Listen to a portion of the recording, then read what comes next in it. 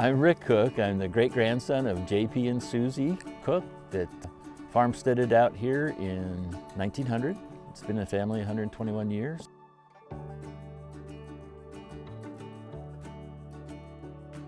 So that's my great-grandmother and great-grandfather.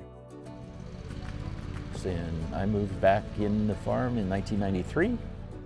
Now we're to the point where there was 130 acres originally, and we're down to 6 acres now. We kind of have a family motto of 6 generations, 1 legacy, and so trying to hang on to every blade of grass we have. I think it was about 1.5 years ago when I kind of saw some of the trees starting to, go timber. And then one day I was down at the neighbor's and I showed up there and he goes, "Did your brother get a hold of you?" And I said, "What?" And he said, "You got a tree that's gonna fall on the road." And it took about, not very long to figure out after looking at the roots, because as you look at the stump, they're all chopped like this, and went, "Oh, I think we have the beavers are up trimming some of the vines." That's when it really hit home that we had an active beaver habitat going on. I've only seen the little noses of 2 of them. I haven't seen the bodies yet, so it's like, okay, I can put up with you, but please don't eat the vineyard. There's 2 options. Actually 3, you exterminate them, or you call somebody, say, come and trap them, or get a hold of somebody that knows how to protect, the area. So Reese gave us the name of the Beaver Coalition, Jacob, and said, give them a call and see what can happen.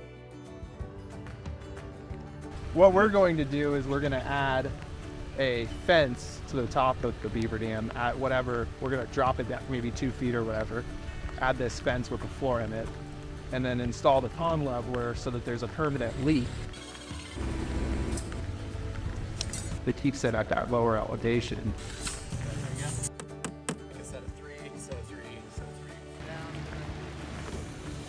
Oh my God. It's way more shallow than I thought. So we can keep the pond at the same level, back the beaver dam out of the culvert a bit. We're gonna want kind of a flat bottom, just something consistent that we can kind of tie it, and then kind of opening up our corners to tie our fencing into. Oh yeah! That's so nice. Floating. Good. That's probably good. That's good. Yeah? Yep. Grab some cinder blocks and put this on it. We'll sink this puppy. Did you see the beaver damage? Yeah.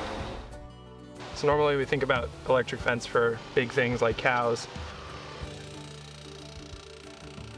So these are little insulators that go on the T-post, and the electrical wire will go there, and it keeps the electric wire from grounding out on the T-post.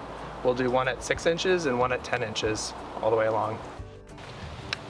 The critical thing is that they can't just duck under it and be insulated by their really amazing fur. And we don't want just their back to touch as they try to go through this, because they might be pretty well insulated from a shock. So we're putting it down at 6 inches and 10 inches. Yeah. And that will really keep beaver from being able to duck under this without getting bopped. The tricky thing with this is that you then have to mow under this pretty regularly. Otherwise the grass grows up into your fence and then starts grounding it out. All right, we're hot. Just like putting a wine label on it. You have to respect nature, you have to respect the setting out here for the sensitive lands, and we need to take care of it. It's a living, working environment that is so cool to be a part of. That is fantastic. Isn't that cool?